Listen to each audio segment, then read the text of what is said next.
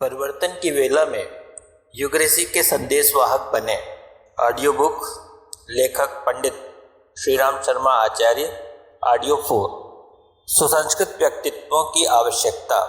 अखंड ज्योति, मार्च 1964, पृष्ठ 57 पर लिखा है कि युग निर्माण के उपयुक्त परिस्थितियां वे लोग उत्पन्न करेंगे जिनमें मूलतः उत्कृष्ट स्तर की शक्ति, क्षमता, प्रतिभा, आस्था विद्यमान हो। यह क्षमता भाषण सुनने या लिखने पढ़ने से ही उत्पन्न नहीं होती, वरन उसके लिए जन्मजात संस्कारों की भी आवश्यकता रहती है। आज धर्म और अध्यात्म पर भी राजनीतिक विषयों की भांति ही धुआंधार भाषण होते हैं। कीर्तन, कथा, रामायण, यज्ञ आदि के उत्सव समारोह आए दिन होते रहते हैं, जिनमें धर्म विषयों पर विद्वतापूर्ण भाषण होते हैं। रामलीला, गंगा स्नान के मेले, कुंभ आदि के पर्व, ग्रामों, तीर्थों आदि में भी ऐसा वातावरण बनता है जिससे यदि मनुष्य चाहे तो बहुत कुछ प्रेरणा प्राप्त कर सकता है। पत्र पत्रिकाओं, कर्तव्य बोधक लेख, गीता, रामायण जैसी प्रधान धार्मिक पुस्तकों की प्रतियां लाखों की संख्या में हर वर्ष छपती हैं, लोगों द्वारा खरीदी पढ़ी जाती है। ऐसा साहित्य और भी जगह छापा और फैलाया जाता है। इस प्रकार भाषण और लेखन द्वारा निरंतर प्रयास किया जा रहा है कि लोग अच्छे बने। इन बातों को लोग पढ़ते सुनते नहीं, सो बात नहीं है, पर देखा यह जाता है कि चिकने घड़े की तरह लोग उससे मनोरंजन मात्र कर लेते हैं। उसे जीवन में उतारने के लिए एक कदम भी आगे बढ़ने को तैयार नहीं होते। और तो और धर्म एवं आध्यात्मिकता के प्रवचनकर्ता और लेखक स्वयं भी अपनी कथनी की अपेक्षा करने से बहुत पिछड़े रहते हैं। कई बार तो उनका आचरण बिल्कुल उल्टा देखा जाता है। धर्म जीवन में उतारने की वस्तु है, आचरण में लाने पर ही कोई लाभ और प्रभाव अनुभव किया जा सकता है।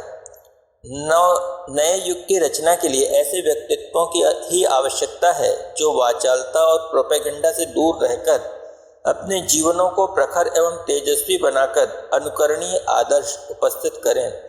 और जिस तरह चंदन का वृक्ष आसपास के पेड़ों को सुगंधित कर देता है, उसी प्रकार अपनी उत्कृष्टता से अपना समीपवर्ती वातावरण भी सुरभित कर सकें, अपने प्रकाश से अनेकों को प्रकाशवान कर सकें।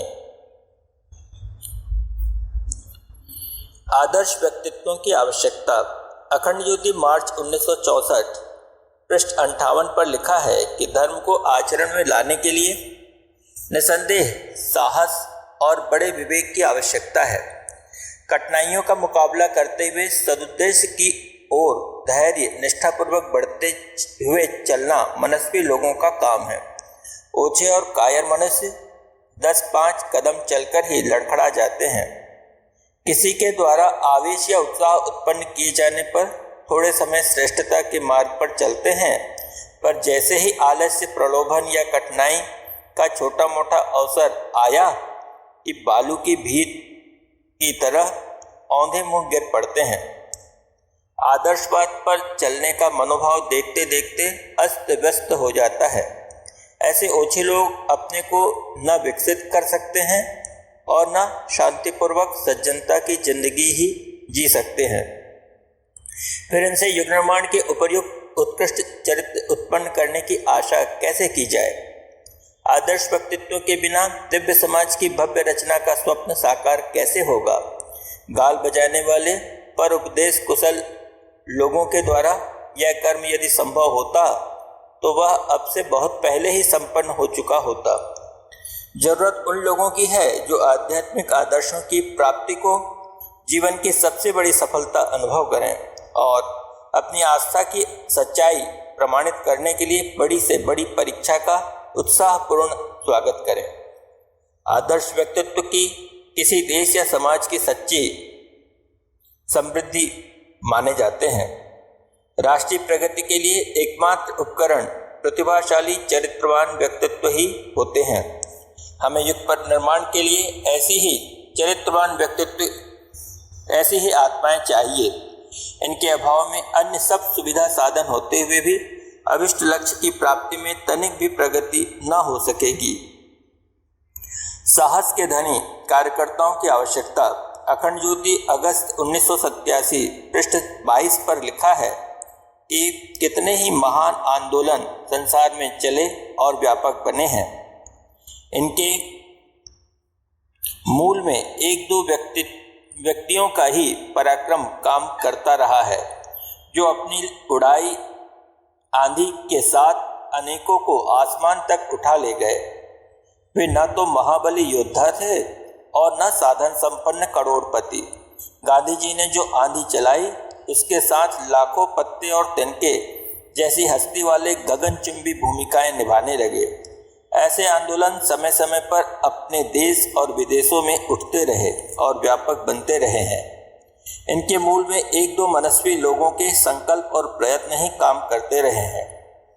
इसीलिए संसार के मनुष्यों में सबसे बड़ा बल मनोबल ही माना गया है। संकल्प और निश्चय तो कितने ही व्यक्ति करते हैं, पर उन पर टिके रहना और अंत तक निर्वाह करना हर किसी का काम नहीं। विरोध अवरोध सामने आने पर कितने ही हिम्मत हार बैठते हैं और किसी बहाने पीछे लौट पड़ते हैं, पर जो हर परिस्थिति से लोहा लेते हुए अपने पैरों अपना रास्ता बनाने और अपने हाथों अपनी नाव खींचकर उस पार तक पहुंचते हैं, ऐसे मनस्वी बिरले ही होते हैं। मनोबल ऐसे साहस का ही नाम है। प्राणवान बने, कष्ट उठाने को तैयार रहे। अखंड ज्योति नवंबर 2006 पृष्ठ 49-50 पर लिखा है कि मित्रों, तब वहाँ से आरंभ होता है जबकि हमको भिन्न भिन्न कामों के लिए कष्ट उठाने के लिए तैयार रहना पड़ता है। आपने देखा होगा कि अच्छे काम करने वालों को गालियां पड़ती हैं, समाज सुधारकों को रोज गालियां पड़ती हैं। स्वामी दयानंद को जहर खिला दिया गया, गांधी जी को गोली मार दी गई, श्री कृष्ण जी को तीर मार दिया गया। वे सब जिन्होंने समाज की विकृतियों से लोहा लिया, सबको मुसीबतें उठानी पड़ी। आप स्वेच्छा से तैयार हो जाइए और कहिए कि मुसीबतों आपका स्वागत है, कठिनाइयों आपका स्वागत है। लोग आपको गाली देंगे, गालियां देने वालों आपका स्वागत है। बेटे, मैं तो हरदम कहता रहता हूँ कि गांधी जी के चेलों ने गोलियां खाई थी। आचार्य जी का कोई चेला बनना चाहता है, वह कम से कम गालियां खाकर तो आए। बास की गाली खा करके आए, बीबी की गाली खा करके आए, पड़ोसी की गाली खा करके आए। जब आप श्रेष्ठ सिद्धांतों को कार्य रूप में परिणत करने के लिए खड़े हो गए हों, तो जिन जिन लोगों के स्वार्थों को आघात पहुंचता होगा, वे सब आपकी बुराई करेंगे और ढेरों गालियां देंगे, रात को नुकसान कर जाएंगे। बास आपका ट्रांसफर करा देगा, कैरेक्टर रोल खराब कर देगा, जुर्माना करा देगा। मित्रों, आपको मुसीबतों और कठिनाइयां उठाने के लिए तपस्वी का जीवन जीना चाहिए। अपने अंदर क्षमताओं का विकास करना चाहिए। आपको उदार बनना चाहिए, दानी बनना चाहिए। आपको प्राणों से भरा होना चाहिए ताकि आप मुसीबतें उठा सकें। सुधारकों को कष्ट सहना पड़ता है। अखंड ज्योति अगस्त 1979 पृष्ठ 53 पर लिखा है कि संगठित अभियानों को नष्ट करने के लिए कार्यकर्ताओं में फूट डालने, बदनाम करने, बल प्रयोग से आतंकित करने जैसे प्रयत्न सर्वत्र हुए हैं। ऐसा क्यों होता है, यह विचारणीय है। सुधारक पक्ष को अवरोधों का सामना करने पर उनकी हिम्मत टूट जाने, साधनों के अभाव से प्रगति क्रम शिथिल या समाप्त हो जाने जैसे प्रत्यक्ष खतरे तो हैं, किंतु परोक्ष रूप से इसके लाभ भी बहुत हैं। व्यक्ति की श्रद्धा एवं निष्ठा कितनी सच्ची एवं कितनी ऊंची है, इसका पता इसी कसौटी पर कसने से लगता है कि आदर्शों का निर्वाह कितनी कठिनाई सहन करने तक किया जाता रहा। अग्नि पर तपाए जाने और कसौटी पर कसे जाने से कम में सोने के खरे खोटे होने का पता चलता ही नहीं। आदर्शों के लिए बलिदान से ही महामानवों की अंतः श्रद्धा परखी जाती है। उसी अनुपात से उनकी प्रामाणिकता को लोक मान्यता मिलती है। जिनको कोई कठिनाई नहीं सहनी पड़ी, ऐसे सस्ते नेता सदा संदेह और आशंका का विषय बने रहते हैं। श्रद्धा और सहायता किसी पर तभी बरसती है जब वह अपनी निष्ठा का प्रभाव प्रतिकूलताओं से टकराकर प्रस्तुत करता है। युग परिवर्तन को विश्वव्यापी बनाना है। अखंड ज्योति मार्च 1967 पृष्ठ 42 पर लिखा है कि अगले दिनों हमें बड़े बड़े काम करने हैं। युग परिवर्तन का कार्य अपने देश और अपने समाज के नवनिर्माण से आरंभ करके उसे विश्वव्यापी बनाना है। अपने सामने अनेक समस्याएं उलझी पड़ी हैं, अनेक आवश्यकताएं अपनी पूर्ति के लिए पुकार रही हैं। उनका समाधान उचित रीति से करने के लिए विशालकाय व्यवस्थाएं जुटाई जानी हैं। किंतु यह सब कौन करे, किन साधनों से करे, यह प्रथम प्रश्न है। उत्कृष्ट व्यक्तित्व जो नवनिर्माण के महान प्रयोजन की पूर्ति के लिए अभिष्ट क्षमता से संपन्न हो, वे ही हमारी प्रथम आवश्यकताएं हैं। महल बनाने के लिए, भूमि खोदने के लिए सबसे पहले फावड़ा चाहिए। फावड़ा ना हो तो योजना का आरंभ कैसे हो। बातूनी, कायर, स्वार्थी, संकीर्ण और ओछे मनुष्यों से अपना समाज भरा पड़ा है। जिनकी भावनाएं उत्कृष्टता से भरी हुई हो और जिनकी गतिविधियां आदर्शवादिता के लिए तड़पें, ऐसे व्यक्तित्व जब तक उभर कर ऊपर ना आए तब तक बिल्ली के गले में घंटी बांधने जैसे कठिनाई ही होगी। आरंभ इसी आवश्यकता की पूर्ति से किया जाना चाहिए, वही किया भी जा रहा है। वर्तमान की अगणित समस्याएं। अखंड ज्योति मार्च 1967 पृष्ठ 43 पर लिखा है कि देश के सामने महंगाई और अन्न संकट की समस्या है। अपराध बढ़ रहे हैं और हर व्यक्ति अपने को असुरक्षित समझने लगा है। पारस्परिक व्यवहार इतने दूषित हो गए हैं कि किसी पर विश्वास करना कठिन हो रहा है। पर बिना विश्वास किए काम नहीं चलता है। मांसाहार की दुष्प्रवृत्ति गौ तथा दूसरे उपयोगी प्राणियों को सफाचट करती जा रही है। नशेबाजी में विलुप्त धन खर्च होता है और बदले में अस्वस्थता पल्ले बंधती है। शिक्षा केवल 60% तक पहुंच सकी है, 40% अब भी देश में अनपढ़ हैं। गरीबी के कारण जीवन विकास के सभी द्वार बंद हैं। विवाह शादियों में होने वाला अपव्यय समाज की कमर तोड़कर रखे दे रहा है। देश का आधा अंग स्त्री समाज पिंजड़ों में बंद पक्षियों की तरह बेबस, बेजुबान और बेकार होकर जी भर रहा है। जाति पाति, ऊंच नीच और भेदभाव ने समाज को हजारों टुकड़ों में बांटकर विसंगठित कर दिया है। रूढ़िवादिता, ढोंग और अंधविश्वास ने लोगों को बौद्धिक पराधीनता में जकड़ दिया है। सर्वसाधारण का स्वास्थ्य बुरी तरह गिरता जा रहा है। राजनेता जिस अदूरदर्शिता और घटिया चरित्र का परिचय दे रहे हैं, उससे उद्विग्नता और निराशा बढ़ रही है। अंतर्राष्ट्रीय राजनीति और वैज्ञानिक प्रगति विश्व मानव के लिए सर्वनाश का कारण बनी हुई है। विलासिता की अभिवृद्धि से लोग कायर और कुचाली बनते जा रहे हैं। स्वार्थपरता और संकीर्णता ने प्रत्येक क्षेत्र को धूर्तता, दुष्टता और अनैतिकता के बाहुल्य से भर दिया है। उपर्युक्त प्रकार की अगणित समस्याएं हमारे सामने हैं। ये अपने हल मांगती हैं। यदि उन्हें ऐसे ही पड़ा रहने दिया गया तो अगले थोड़े ही दिनों में सर्वनाशी और सर्वग्राही संकट मानव समाज के सामने उठ खड़ा होगा और लाखों करोड़ों वर्ष की संग्रहित सभ्यता सहित मानव समाज अपनी सामूहिक आत्महत्या करने के लिए विवश हो जाएगा। इस विभीषिका से बचने के लिए हमें प्रत्येक क्षेत्र, प्रत्येक स्तर के रचनात्मक आयोजन कार्यान्वित करने होंगे। नरक को स्वर्ग में परिणत करने के लिए अगणित प्रकार के, अगणित स्तर के, अगणित कलेवरों के अगणित रचनात्मक एवं संघर्षात्मक आयोजन प्रस्तुत करने पड़ेंगे। छोटे मोटे बांध बांधने के लिए कितने इंजीनियर, कितने ओवरसियर, कितने मजदूर, कितने यंत्र, कितने वाहन, कितने साधन और कितने धन की आवश्यकता पड़ती है, यह हम रोज ही देखते हैं। फिर युग निर्माण जैसे महान निर्माण के लिए कितने व्यक्तियों और कितने साधनों की जरूरत पड़ेगी, इसका अनुमान लगाना कुछ अधिक कठिन नहीं होना चाहिए। जादू की फूंक मार देने मात्र से इतने बड़े प्रयोजन पूर्ण नहीं होते। इसके लिए वैसी ही महान उपलब्धियां विनिर्मित करनी पड़ेंगी जैसा कि महान लक्ष्य एवं आयोजन है। हम क्या करें? समाधान कौन करेगा? अखंड ज्योति मार्च 1967 पृष्ठ 43-44 पर लिखा है कि बात फिर घूम फिर कर वहीं आ जाती है। यह सब करेगा कौन? देश में न पैसे की कमी है, न योग्यता की, न साधनों की और न सुविधाओं की। कमी केवल एक ही बात की है, इंसान बहुत छोटे, ओछे और बौने हो गए हैं। उन्हें वासना और तृष्णा की कीचड़ अपने दलदल में बुरी तरह फंसाए हुए है। बेचारे नाली के कीड़ों की तरह बुझबुझाती हुई जिंदगी जीते हैं। आदर्शवादिता और उत्कृष्टता के लिए उन कहने या सुनने भर की ऐसी चीज है। आदर्शवादिता और उत्कृष्टता उनके लिए कहने या सुनने भर की ऐसी चीज है जिसे व्यवहार में लाने की कोई आवश्यकता नहीं। ऐसे लोग स्वयं ही धरती के भारभूत हैं। जिंदा रहकर स्वयं ही परेशान नहीं होते, दूसरों को भी अपार कष्ट देते हैं। इन क्षुद्र प्राणियों को दयनीय ही कहा जा सकता है। भले ही वे मनुष्य का कलेवर धारण कर शौक मौज की जिंदगी जीते हों, इस स्तर के लोग जो स्वयं एक समस्या बने रहते हैं, वे देश, धर्म, समाज, संस्कृति के पुनरुत्थान में, विश्व भाग्य के नवनिर्माण में भला क्या योगदान दे सकते हैं।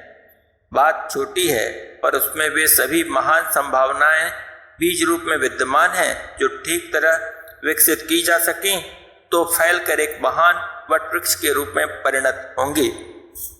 अगले कुछ ही दिनों में एक महानतम सर्वांगीण सार्वभौम आंदोलन एक प्रचंड दावानल की तरह प्रकट होने वाला है। उसके अनेक रूप और अनेक प्रकार होंगे। अनेक नामों से, अनेक संगठनों के द्वारा, अनेक रूपों में, अनेक व्यक्तियों द्वारा वह चलेगा। धर्म क्षेत्र से लेकर अर्थ क्षेत्र, समाज क्षेत्र, राज्य क्षेत्र तक में एक महानतम विचार क्रांति उत्पन्न होगी।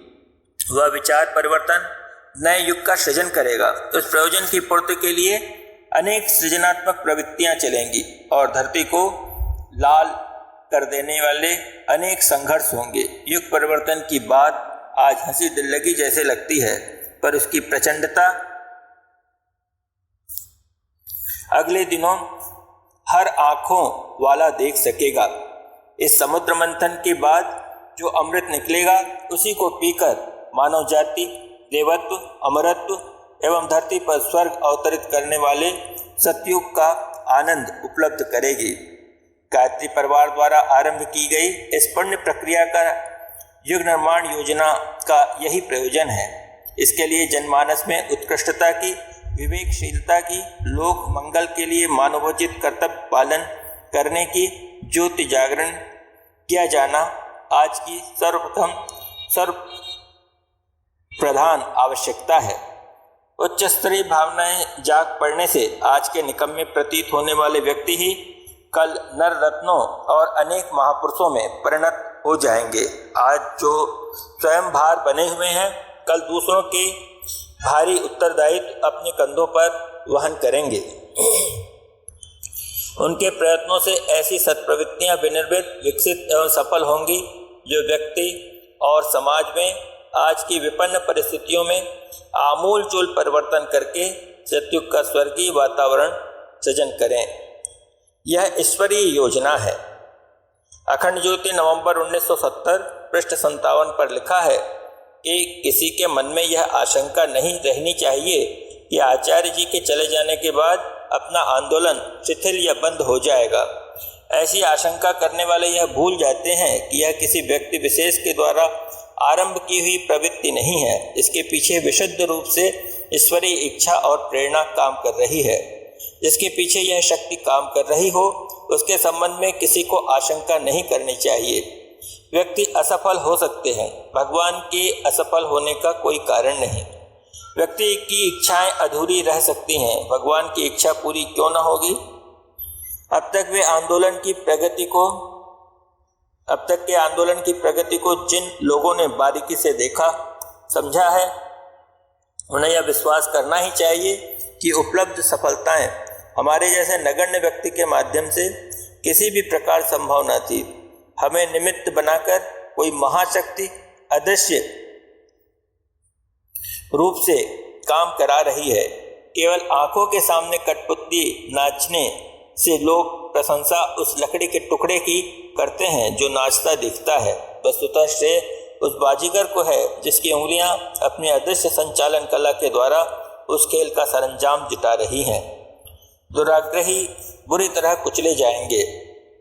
अखंड ज्योति जुलाई 1969 पृष्ठ 65 पर लिखा है कि नया युग तेजी से बढ़ता चला आ रहा है, उसे कोई रोक न सकेगा।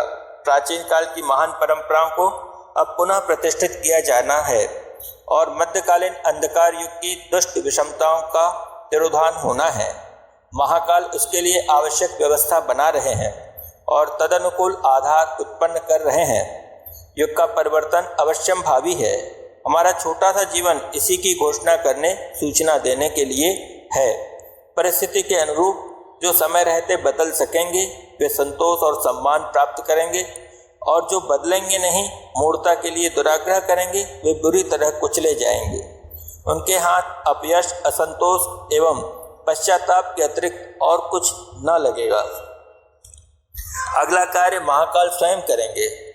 अखंड ज्योति जुलाई 1969 पृष्ठ 65 पर लिखा है कि हमने अपना जीवन नवयुग की पूर्व सूचना देने, महाकाल के इस महान प्रयोजन में सम्मिलित होने के लिए प्रबुद्ध आत्माओं को निमंत्रण देने में लगा दिया।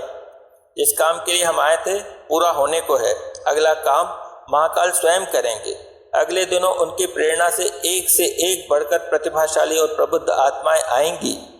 ये ऐसा एक व्यापक संघर्ष विश्वव्यापी परिमाण में प्रस्तुत करेंगी जो असमानता के सारे कारणों को तोड़ मोड़ कर फेंक दें और समता की मंगलमय परिस्थितियों का शुभारंभ करके इसी धरती पर स्वर्ग का वातावरण संभव कर दिखाएं। गुरुदेव माता जी का आश्वासन। अखंड ज्योति फरवरी 1987 पृष्ठ 58 पर लिखा है कि समय आ गया है कि भारत अपनी भीतरी समस्याओं को हल करके रहेगा। अभी कितनी ही ऐसी समस्याएं दिखती हैं जिनसे आशंका होती है कि कहीं अगले दिन विपत्ति से भरे हुए तो ना होंगे, चिंगारियां दावानल बनकर तो ना फूट पड़ेंगी, बाढ़ का पानी सिर से ऊपर तो ना निकल जाएगा। ऐसी आशंकाएं करने वाले सभी लोगों को हम आश्वस्त करना चाहते हैं कि विनाश को विकास पर हावी न होने दिया जाएगा। मार्ग में रोड़े भले ही अड़चन उत्पन्न करते रहें, पर काफिला रुकेगा नहीं। वह उस लक्ष्य तक पहुंचेगा जिससे विश्व को शांति से रहने और चैन की सांस लेने का अवसर मिल सके। वह दिन दूर नहीं जब भारत अग्रिम पंक्ति में खड़ा होगा और वह एक एक करके विश्व उलझनों के निराकरण में अपनी दैवी विलक्षणताओं का चमत्कारी सत्परिणाम प्रस्तुत कर रहा होगा। माता जी का संदेश। अखंड ज्योति मार्च 1991 पृष्ठ 57 पर लिखा है, यह मिशन हजारों लाखों वर्षों तक चलेगा क्योंकि दैवी शक्ति इसके साथ है। मिशन का सूत्र संचालन ऐसा है कि ना तो किसी को शंका करनी चाहिए, ना भटकना चाहिए।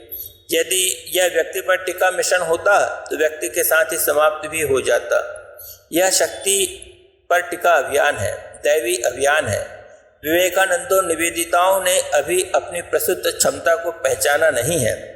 ये सभी जागृत आत्माओं को यह अनुमान हो सके कि वे क्या हैं, वह किन उद्देश्यों के लिए उनका अवतरण हुआ है, तो देखते देखते प्रतिकूलताओं के बीच भी नवसृजन होता चला जाएगा। उज्ज्वर की परोक्ष जगत से व मेरी प्रत्यक्ष जगत से तपश्चर्या इन्हीं उद्देश्यों के निमित्त है। संकल्प लें कि आजीवन गुरुदेव के पद चिन्हों पर ही सब चलेंगे। वैसा ही उल्लास मन में बनाए रखेंगे तथा विद्या विस्तार के सभी महत्वपूर्ण दायित्वों को अंतिम स्थिति तक पहुंचा कर रहेंगे। लोक मंगल के लिए ही सबका समर्पित जीवन होगा। घर घर में गुरु जी के विचार पहुंचा कर ही रहेंगे। युग निर्माण परिवार के सदस्य ऐसे ही लोभ मोह में ग्रस्त, पेट और प्रजनन में व्यस्त, वासना तृष्णा के पशु समान जीवन जीकर मर जाते हैं तो यह गुरुदेव के लिए भी कलंक की बात है। इस परिवार के लिए भी लज्जा की। हाथी के बच्चे बकरी की शक्ल के दिखें, इसमें उपहास हाथी का भी है और बच्चों का भी। परिवार यदि बन ही गया तो शोभा इसी में है कि उसका स्तर भी कुलपति के अनुरूप हो। युग परिवर्तन की प्रक्रिया अधूरी न रहेगी। अखंड ज्योति मई 1970 पृष्ठ 58-59 पर लिखा है कि लोगों की निगाह से दूर रहें यह हो सकता है, पर हर जागृत और जीवंत आत्मा यह अनुभव करेगी कि हम उसकी अंतरात्मा में बैठकर कोहराम मचा रहे हैं और नर कीटक एवं नर पशु की जिंदगी को नर नारायण के रूप में परिणत होने की प्रबल प्रेरणा कर रहे हैं। जो आगे बढ़ेंगे उन्हें भरपूर शक्ति देंगे, जो लड़खड़ा रहे होंगे उन्हें संभालेंगे और जो संभल गए हैं उन्हें आगे बढ़ने के लिए आवश्यक उपकरणों से सुसज्जित करेंगे। हम जा जरूर रहे हैं, पर अगले ही दिनों एक अत्यंत प्रबल और अदृश्य शक्ति के रूप में वापस लौट रहे हैं। सृजनात्मक एवं संघर्षात्मक अभियानों का नेतृत्व दूसरे लोग करेंगे, पर बाजीगर की उंगलियों की तरह अगणित नर पुतलियों को नचाने में हमारी भूमिका भली प्रकार संपादित होती रहेगी।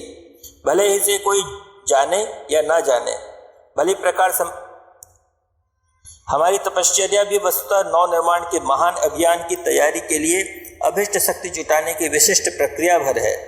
हमें जिस प्रयोजन के लिए भेजा गया है, उसे पूरा किए बिना एक कदम भी पीछे हटने वाले नहीं हैं। युग परिवर्तन की महान प्रक्रिया अधूरी नहीं रहने दी जा सकती। नव निर्माण की ईश्वरीय आकांक्षा अपूर्ण नहीं रह सकती। उसको नियोजित करने के लिए प्रतिभाओं को आगे लाया ही जाएगा। उन्हें इच्छा या अनिच्छा से देर या सबेर से आना ही पड़ेगा। शंका हमारी समाधान गुरुदेव के। अखंड ज्योति फरवरी 1988 पृष्ठ 27 पर लिखा है कि यह हिमालय के देवात्मा क्षेत्र में निवास करने वाले ऋषियों की चेतना का समन्वित अथवा उनके किसी प्रतिनिधि का सुप्त संचालन है। अन्यथा साधना विहीन एकांकी व्यवहार कुशलता की दृष्टि से पिछड़ा हुआ व्यक्ति बड़े सपने तो देख सकता है, पर बड़े कार्यों का भार अपने दुर्बल कंधों पर उठा नहीं सकता। विशेषतया उन कार्यों को जिनकी कल्पनाएं करते रहने वाले, योजनाएं बनाते रहने वाले, थोड़े बहुत कदम बढ़ाते रहने पर भी हवा में उड़ने वाले गुब्बारों की तरह कुछ ही समय में ठंडे होते और अपने अस्तित्व को समाप्त करते देखे गए हैं। सोचा जाता है कि गुरुजी 80 वर्ष की आयु को पूरा करना चाहते हैं। इस महाप्रयाण का समय अब बहुत दूर नहीं है। हाथ के नीचे वाले अनिवार्य कार्यों को जल्दी जल्दी निपटाने की बात बनते ही चार्ज दूसरों के हाथों चला जाएगा। संदेह है कि उस दिशा में वर्तमान प्रगति रुक सकती है और व्यवस्था बिगड़ सकती है। ऐसे लोग व्यवस्था में आने वाले उतार चढ़ावों के आधार पर अनुमान लगाते हैं। उनमें ही प्रतिभावान व्यक्तियों के हट जाने पर भट्ठा बैठ जाता है और सरंजाम बिखर जाता है, पर यहाँ वैसी कोई बात नहीं। न व्यक्ति विशेष ने कुछ असाधारण किया है, न उसे भूतकाल पर गर्व है, न वर्तमान को देखते हुए उत्साह और न भविष्य की गिरावट संबंधी कोई आशंका। कारण स्पष्ट है, कठपुतली न अपने अभिनय पर गर्व करती है और न पिटारी में बंद कर दिए जाने की शिकायत। यदि यह समझ होती तो निश्चित ही उसकी सोच यही होती कि वह बाजीगर की उंगलियों में बंधे हुए धागों से हलचल करने वाली लकड़ी की टुकड़ी मात्र है। उसे गर्व इस बात का होना चाहिए कि और अपने भविष्य की चिंता क्यों करनी चाहिए। यह काम बाजीगर का है। वही कोई गड़बड़ी होते देखेगा तो तत्परता पूर्वक सुधारेगा। आखिर लाभ हानि तो उसी का है। मिशन के भविष्य के संबंध में भी हर किसी को इसी प्रकार सोचना चाहिए।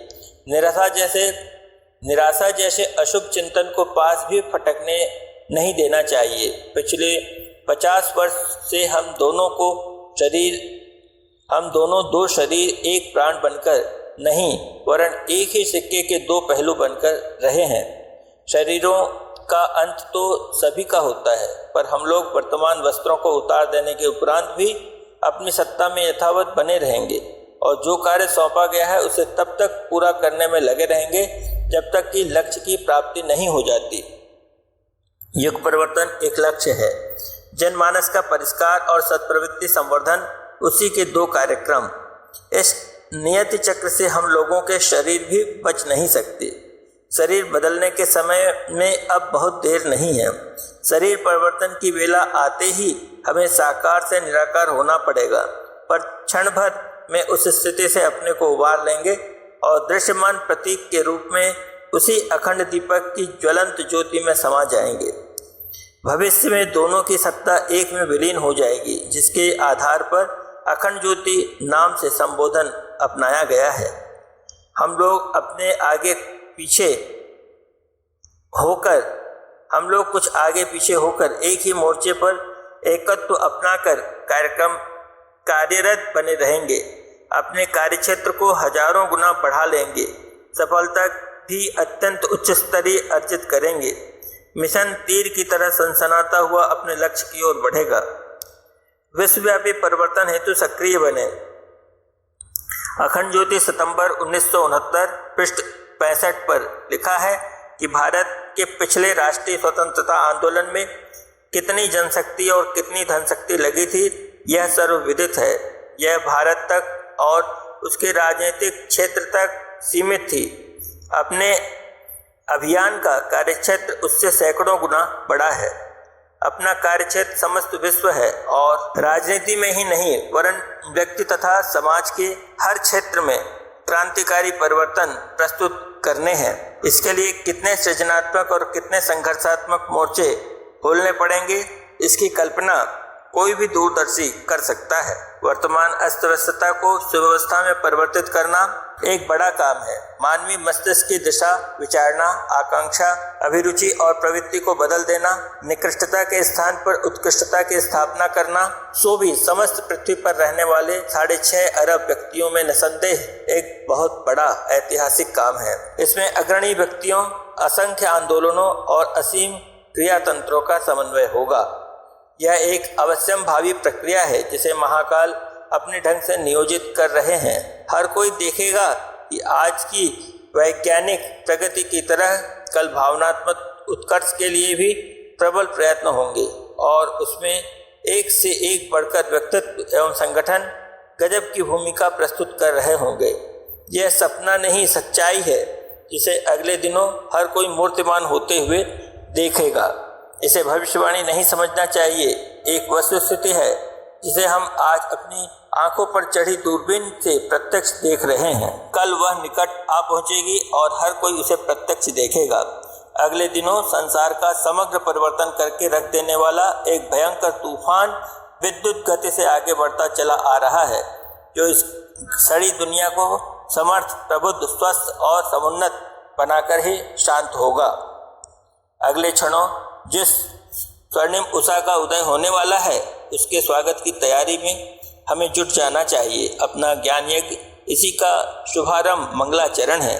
असुरता को पददलित करने और मानवता की पुण्य प्रतिष्ठापना का अपना संकल्प ईश्वरीय प्रेरणा का प्रतीक है। उसकी व्यापकता एवं सफलता सुनिश्चित है। प्रक्रियाएं अपने ढंग से संपन्न होनी हैं, वे परिपूर्ण होकर रहेंगी। किसी व्यक्ति के साहस की प्रतीक्षा किए बिना गति अपने पथ पर अग्रसर होती रहेगी।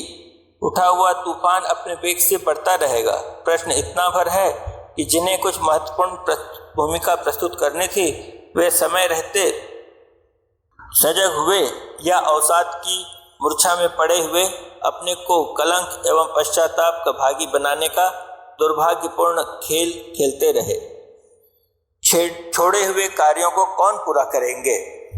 अखंड ज्योति फरवरी 1987 पृष्ठ 64 पर लिखा है कि जो घटित होने वाला है उस सफलता के लिए श्रेयाधिकारी भागीदार बनने से दूरदर्शी विज्ञजनों में से किसी को भी चूकना नहीं चाहिए।